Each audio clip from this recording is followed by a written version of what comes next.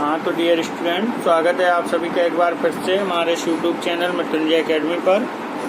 पिछले पार्ट में आपने पढ़ा था एक्सरसाइज 3 का पार्ट 3।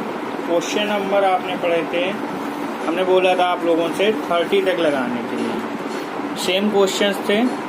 आज आपके अच्छे क्वेश्चंस हैं 31 नंबर से, और आगे हम आपको लेके चलते हैं 31 नंबर से। देखिए दिया हुआ है 31 नंबर में as equal to 0 minus tan alpha by 2 tan alpha by 2 0। अब कह रहे हैं तथा आई कोटि 2 का एक तत्सम काव्य है। कोटि 2 से मतलब होता है बेटा आई का 1 1 0 0। ठीक है, अगर आपसे कह रहे हैं कोटि 3 है तो 1 1 1 0 0 और बढ़ जाएंगे। ठीक है, तो कह रहे हैं प्रूव दैट i प्लस ए बराबर i minus A cause alpha sine alpha minus sine alpha cause alpha. ठीक है, अब देखो बेटा ये सिद्ध करना है हमें, तो सबसे पहले हम लोग क्या लेंगे यहाँ LHS।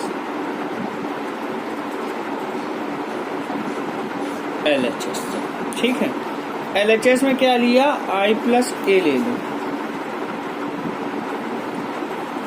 तो I की वैल्यू क्या है 1 1 0 0। A क्या है 0 minus tan alpha by 2 plus tan alpha by 2 0। समझ में आई बात? दोनों को जोड़ देंगे तो 1 और 0 हो गया 1, ये माइनस के tan अल्फा बाई 2, ये प्लस के tan अल्फा बाई 2, और ये आपका हो गया 1। तो ये आपने क्या निकाल लिया LHS निकाल लिया। ठीक है, अब बेटा क्या लेंगे, अब ले लेंगे हम लोग RHS। ठीक है, तो RHS में देखो I माइनस ए और ब्रैकेट में लिखा हुआ है minus sine alpha cause alpha. Clear है? I की वैल्यू कितनी है 1 0 0 और 1, माइनस ए कितना है बेटा 0 minus tan alpha by 2 tan alpha by 2 0, और मल्टीप्लाई में क्या है cause alpha minus sine alpha cause alpha. ठीक है, अब आप देखें इस चीज को माइनस करेंगे तो 1 से 0 जाएगा तो बेटा 1 बचेगा, 0 से माइनस माइनस प्लस के ये हो जाएंगे tan अल्फा बाई 2, ये हो जाएंगे माइनस tan अल्फा बाई 2, और ये बचेगा 1, और इनटू में आपका जो लिखा है cause alpha sine alpha minus sine alpha cause alpha. ठीक है, इतनी बात समझ में आई। अब बस इसी पार्ट को मजेदार कहते हैं। ये सवाल आपका इम्पोर्टेंट है, 8 नंबर से पूछा जाता है। ठीक है, 8 नंबर से पूछा जाएगा, सवाल इम्पोर्टेंट है, ध्यान रखिए इस बात को। अब आप देखें, अब हम चलते हैं इस पार्ट को लेके। ठीक है, इस पार्ट को गुणा कराना है, तो देखिए गुणा कैसे होगा। 1 का गुणा कॉज अल्फा में, तो क्या आएगा बेटा पहले कॉज अल्फा, फिर इस tan अल्फा बाई 2 गुणा साइन अल्फा में, तो प्लस के tan alpha by 2 sine alpha. अब 1 का गुणा माइनस साइन अल्फा में, तो माइनस साइन अल्फा हो जाएंगे, tan अल्फा बाई 2 गुणा कॉज अल्फा में, कॉज अल्फा हो जाएगा, माइनस tan अल्फा बाई 2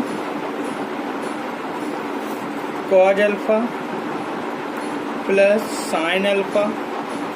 ठीक है, फिर माइनस माइनस प्लस के tan alpha by 2 sine alpha plus के हो जाएंगे कॉज अल्फा। तो इतनी बात समझ में आई आप लोगों को। ये हमने क्या कर लिया, देखो गुणा कर लिया। अब गुणा करने के बाद हमें लाना तो कुछ और है, इससे लाना क्या है हमको, LHS वाला ये वाला पार्ट, ठीक है। तो अब देखो इसका बेटा कह दो ये A11 होता है। ऐसे इसमें सॉल्व करोगे तो बहुत ज़्यादा खिचड़ी पक जाएगी, तो आप ऐसे इनको मान लो, ये 11 है, ये 12, ये 21 और ये 22 है, ठीक है। अब जब हमने ये मान लिया कि ये 11, 12, 21, 22 हैं, तो आप ले लेंगे, क्या ले लेंगे, A11 बराबर, क्या ले लेंगे बेटा, A11। A11 किसके बराबर है, cos alpha plus tan alpha by 2 sin alpha. ये आपने उठाया। अब देखो सॉल्व कैसे करेंगे इसको। cos अल्फा को भी हमें पता नहीं है कौन से फॉर्मूले में तोड़ना है। cos अल्फा के कौन कौन से फॉर्मूले होते हैं, यहाँ लिख रहा हूँ, 2 cos square alpha by 2 minus 1 होता है। एक cos अल्फा बराबर होता है 1 minus 2 sine square alpha by 2। ज़्यादातर इसमें आपको ये दो फॉर्मूले की यूज होंगे। cos alpha equal 1 minus 2 sine square alpha by 2, cos alpha बराबर 2 cos square alpha by 2 minus 1। तो अब देखो बेटा cos अल्फा ऐसे ही लिखे रहे। tan अल्फा को हम लोग क्या लिख सकते हैं, साइन अल्फा बटे, और जो साइन अल्फा होता है इसका मात्र एक फॉर्मूला होता है 2 sine alpha by 2 cos alpha by 2। अब देखो ये cos से ये cos कट गया, ये साइन साइन का गुणा बेटा क्या बन गया, 2 साइन स्क्वायर। अब cos अल्फा का फॉर्मूला खोल देंगे तो क्या हो जाएगा, प्लस के 2 साइन स्क्वायर अल्फा बाई 2, ये प्लस ये माइनस कट गए, तो A11 की वैल्यू बेटा कितनी आ गई, 1 आ गई। समझ में आई बात, इसको आप लोग घेर लेंगे, ठीक। अब हम लोग लेके चलेंगे A12, किसको, तो A12 देखो बेटा क्या है, minus sine alpha plus tan alpha by 2 cos alpha, ठीक है। तो देखो बेटा साइन अल्फा का मात्र एक फॉर्मूला होता है, इसे आप लोग कभी भी खोल सकते हो, इसका वेट नहीं करना है। 2 sine alpha by 2 cos alpha by 2। tan alpha by 2 के लिए क्या फॉर्मूला हो जाएगा, साइन अल्फा बाई 2 अपॉन, और cos अल्फा भी ऐसे लिखे, ठीक है। साइन अल्फा बाई 2 देखो बेटा कॉमन आ रहा है, और एलसीएम लोगे तो ये cos इधर आएंगे, तो माइनस 2 cos अल्फा बाई 2 पहले से थे, ये cos एक और आ गए, तो क्या बन गया, माइनस के 2 cos स्क्वायर अल्फा बाई 2। अब देखो यहाँ ये माइनस में है, तो हम लोग cos अल्फा क्या लिख सकते हैं, plus 2 cos square alpha by 2 minus, और अपॉन में क्या है हमारे पास बेटा, cos अल्फा बाई 2। ये और ये बर्बाद हो गए, माइनस बचा, माइनस साइन बटे cos, माइनस के कितने हो गए, tan अल्फा बाई 2। ये क्या निकल आया, A12। बात समझ में आई, हमने क्या क्या निकाल लिया, A11 निकाल लिया, A12 निकाल लिया। अब हम लोग क्या निकालेंगे, A21 और A22 निकालेंगे। तो चलते हैं, पीछे लिखना पड़ेगा, ठीक है। इतनी बात समझ में आई। इसमें आप लोग चाहो तो इतना स्क्रीनशॉट ले लो, पहले इतना स्क्रीनशॉट ले लें सभी लोग, लीजिए स्क्रीनशॉट।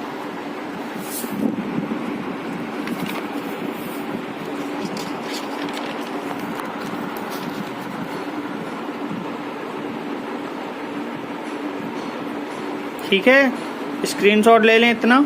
चलिए अब आगे, अब देखते हैं हम लोग A21, क्या देखेंगे, A21। A21 क्या है बेटा, ध्यान दो, minus tan alpha by 2 cos alpha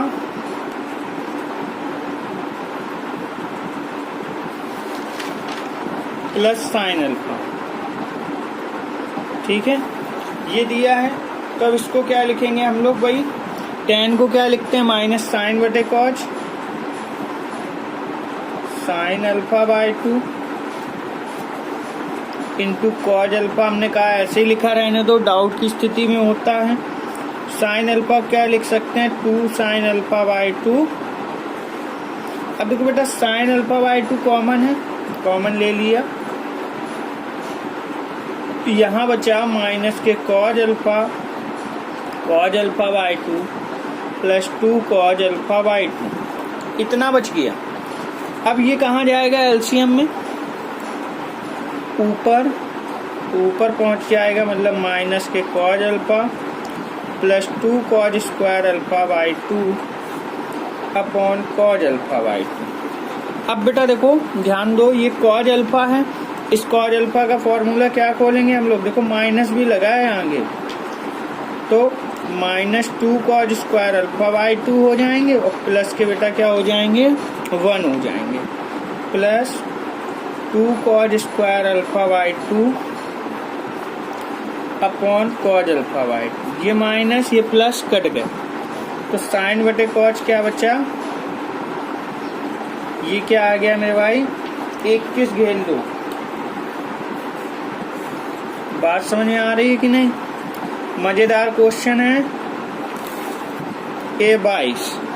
A22 देखिए क्या दिया है, tan alpha by 2 sine alpha, tan alpha by 2 sine alpha plus cos alpha,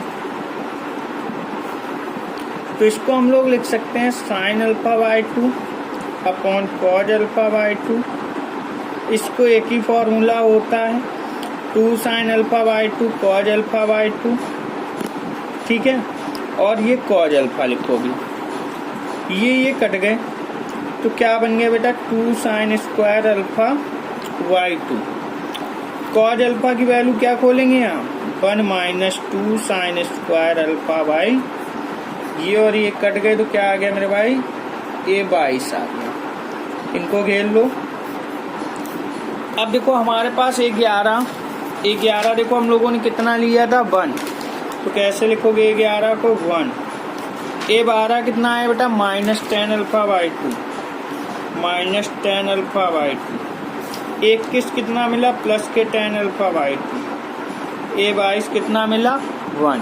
देखिए ये मिला, ये कौन सा पार्ट है हमारा, RHS, और ध्यान दीजिए ये आया, यही हमें प्रूव करना था, 1 minus 10 alpha by 2 10 alpha by 2 plus 1। Question आपका सॉल्व हो चुका है पूरा। आप लोग एक काम करें, इसका स्क्रीनशॉट ले लें जल्दी से इस पेज का, और स्क्रीनशॉट लिया, देखें भाई, देखें अब 32 नंबर दिया है, fx बराबर cos x sin x 0 minus sine x cos x 0। देखें भाई ये दिया है सवाल, तो fx आपको दे ही दिया है, fy निकाल लो। fy क्या हो जाएगा, जहाँ जहाँ x था वहाँ क्या आ जाएगा, y cos y sin y 0 minus sine y cos y 0, मैंने अल्फा लिख दिया, एंड 0 0 1, ये आ गया। अब देखिए क्या कह रहे हैं LHS वाली साइड में कि इन दोनों का गुणा कराइए, इन दोनों का गुणा मल्टीप्लाई fx डॉट fy, तो cos x sin x 0 minus sine x cos x 0 0 0 1, इधर cos y sin y 0 minus sine y cos y 0 0 0 1, ठीक है, ये हो गया। अब आप ध्यान दें इनका गुणा कैसे होगा, cos x का गुणा पहले cos y में, cos x cos y minus sine x sin y, cos x cos y minus sine x sin y। अब cos x का बेटा होगा, देखो 0 का 0 में होगा, ऐसे चलते हैं तीनों का, तो ये 0 होना है, अब cos x का sin y में तो माइनस के cos x sin y minus sin x cos y और 0 का 0, तो ये वाला पार्ट हो जाएगा 0। sin x cos y plus cos x sin y sin x sin y, वो भी किसके होंगे ये माइनस के, plus cos x cos y और ये पार्ट 0। फिर देखो बेटा 0, ये 0 आएगा और ये बना, ठीक है। अब देखो cos b minus sin a sin b, cos a plus cos x plus y, sin a cos b plus cos a sin b, sin a plus ये हो गया 0। माइनस अगर कॉमन ले लें तो cos a cos b plus sin a sin b, यानी minus एक बाहर है और ये बनेगा cos a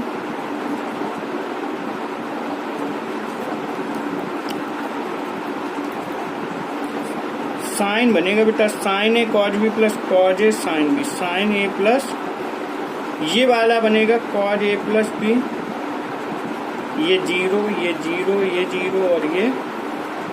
अब देखो बेटा यही जो आया, इस x की जगह हमने y रखा था तो सारे फलन में y हो गया था, सारे फलन में आप देखिए y आ गया। जब x था तो x की जगह क्या रखा y, अब x प्लस y रखेंगे तो क्या बनेगा cos x प्लस y, फिर क्या बनेगा माइनस साइन एक्स है तो साइन एक्स की जगह y रखेंगे साइन एक्स प्लस y, ऐसे 0, फिर साइन y की जगह x plus y, cos y की जगह cos x प्लस y, 0 0 0 1। तो हम लिख सकते हैं ये क्या है हमारा RHS है, यानी fx प्लस y है, ये क्या है fx प्लस y। क्लियर है, नोट कर लें इसको, जल्दी से इसका स्क्रीनशॉट ले लें।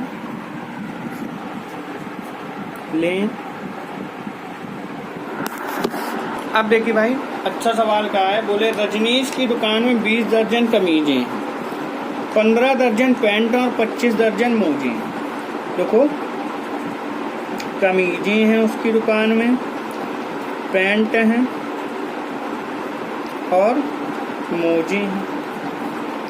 20 दर्जन है बेटा, वस्तुओं में बदलेंगे तो 12 का गुणा करना पड़ेगा। पैंट 15 दर्जन है तो 15 इंटू क्या करना पड़ेगा, और 25 दर्जन मोजे हैं तो 25 इंटू क्या करना पड़ेगा। इतना सामान उसकी दुकान पे लगा हुआ है, कह रहे प्रति कमीज 50 रुपए बेचता है। तो जो रेट होते हैं वो ऐसे लिखते हैं, कमीज, फिर 90 रुपए प्रति पैंट बेच रहा है और प्रति जोड़े मोजे का मूल्य 12 रुपए। तो सभी सामानों को बेचने पर रजनीश को कितने रुपए प्राप्त होने वाले हैं। तो ये बेटा आव्यूह गुणन से निकलता है। आप अगर डायरेक्ट करते तो कैसे निकालते, 20 दर्जन है तो दर्जन से वस्तुएं बन गई और एक पैंट की कीमत 50 है तो इनका गुणा इसमें, और वही आव्यूह से क्या होगा, इसका गुणा इस पे होगा, इसका गुणा इसमें और इसका गुणा इसमें होने वाला है। ठीक है, तो देखो 20 इंटू 12 इंटू 50, इतने रुपए उसे कमीजों से मिलेंगे, प्लस 15 इंटू 12 इंटू 90 रुपये मिलेंगे पैंट से, 25 इंटू 12 रुपये मिलेंगे उसको मोजे से। सबका गुणा कर लो, 50 दूनी 100 यानी 1000 हो गया, 12 का गुणा होगा तो 12,000, 15 12 180 होता है, 18 नमा 162 होता है, 16,200 रुपये मिलेंगे पैंट से उसको, और 25 12 300 होता है, 300 का गुणा 12 में करोगे तो 3600 होता है। अब देखो बेटा 12,000 और 16,000, 16 12 28,200, ठीक, 28,200 में 600 जोड़ोगे तो 28,800 और 3,000 जोड़ोगे तो कितना हो जाएगा, 31,800 रुपया उसको प्राप्त हो। बात समझ में आई कि नहीं, नोट कर लें जल्दी से इसको। फिर देखो बेटा 34 नंबर सवाल इसी तरह से कुछ दिया गया है आप लोगों को। उसमें भी कहा है किसी व्यापार संघ के पास 30,000 रुपयों का कोष है जिसे 2 भिन्न प्रकार के बॉन्डों में निवेशित करता है। उसने कुल रुपया कितने रख लिए कि 30,000 रुपया है हमारे पास। उसे 2 प्रकार के बॉन्ड में तोड़ दिया, यानी एक एक्स एक 30,000 माइनस, ठीक है कोई बात नहीं, 2 भागों में तोड़ लिया। कह रहे प्रथम बॉन्ड पर 5% वार्षिक और द्वितीय बॉन्ड पर 7% वार्षिक ब्याज प्राप्त होता है। प्रथम बॉन्ड एक्स है, द्वितीय बॉन्ड 30,000 माइनस एक्स। प्रथम बॉन्ड पर उसे 5% मिल रहा है यानी 5/100 और द्वितीय बॉन्ड पर 7% यानी 7/। आप व्युत्क्रम गुणन के प्रयोग द्वारा यह निर्धारित कीजिए कि 30,000 रुपयों के कोष को 2 प्रकार के बॉन्डों में निवेशित करने के लिए किस प्रकार बांटें जिससे व्यापार संघ को प्राप्त कुल वार्षिक ब्याज 1,800 रुपये हो। 1,800 रुपये उसको क्या प्राप्त हो मेरे भाई, ब्याज प्राप्त हो। करवा देंगे 1,800 रुपये ब्याज प्राप्त। कैसे कराएंगे, ये है मूलधन, ये है दर, समय 1 वर्ष बटे 100 लगा दिया, परसेंटेज हटा के तो ब्याज मिलेगा। यानी मूलधन गुणित दर बटे समय गुणित समय बटे 100। मूलधन इंटू दर इंटू समय बटे 100 प्लस 30,000 माइनस एक्स इंटू 7 बटे 100 बराबर कितना ब्याज मिला, 1,800। तो ये हो गया 5x, ये गुणा करेंगे 3 7 21, 1 2 3 4 माइनस 7x बराबर 2 0 वहाँ चले गए। ये बचा बेटा माइनस के 2x, कितना बचेगा, ये वहाँ जाएगा तो माइनस के 30,000। तो x बराबर कितना बच जाएगा, 15,000। यानी पहला बॉन्ड उसने कितना निवेशित किया, 15,000 का, और दूसरा कितने का निवेशित किया, 15,000 का। तो बात समझ में आई, इसका स्क्रीनशॉट ले लें आप लोग जल्दी से। अब देखिए इसी में एक सेकेंड पॉइंट कह दिया कि उसको अब ब्याज कितना प्राप्त होना चाहिए भाई, 2,000 रुपये का ब्याज प्राप्त हो। अब लालच और बढ़ गई कि हमें 2,000 रुपये ब्याज प्राप्त होना चाहिए, ठीक है। तब किस हिसाब से वो दे, तो x का लिखेंगे सेम ऐसे ही, जो प्रोसेस यहाँ लिखा था यही, बस यहाँ 1,800 की जगह कितना ब्याज प्राप्त करना है, into 5/100 plus 30,000 minus x into 7/100 बराबर 2,000, ठीक है। तो ये हो गया 5x/100। ये देखो बेटा कितना हो जाएगा, 3 7 21 माइनस 7x/100 बराबर 2,000। 100 गुणा में जाएंगे 10,000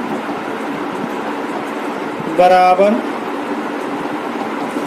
अब माइनस 2x, ये उधर जाएगा, कितना बचेगा बेटा, माइनस के 10,000। एक बार कट गए, x बराबर कितना आ गया, 5,000, ठीक है।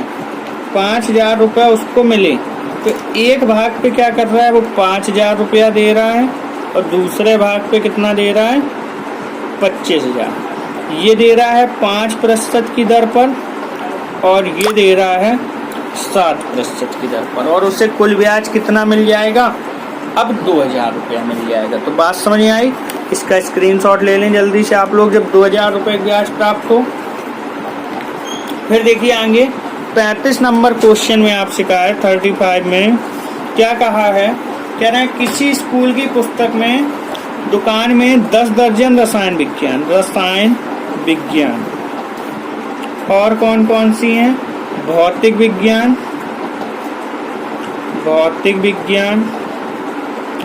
अर्थशास्त्र की पुस्तकें हैं। कितनी कितनी है रसायन विज्ञान की? 10 दर्जन, तो 10 इंटू 12, ठीक है, 10 इंटू 12। और 8 दर्जन भौतिक की हैं तो 8 इंटू 12, और 10 दर्जन अर्थशास्त्र हैं तो 10 इंटू 12। इन पुस्तकों का विक्रय मूल्य कितना है बेटा? 80 रुपया, 60 रुपया और 40 रुपया प्रति पुस्तक। तो देखो हमने प्रति पुस्तक ही तो निकाल ली, दर्जन में दिए थे, 12 गुणा कर दिए तो वस्तुएं बन गई, यानी एक वस्तु।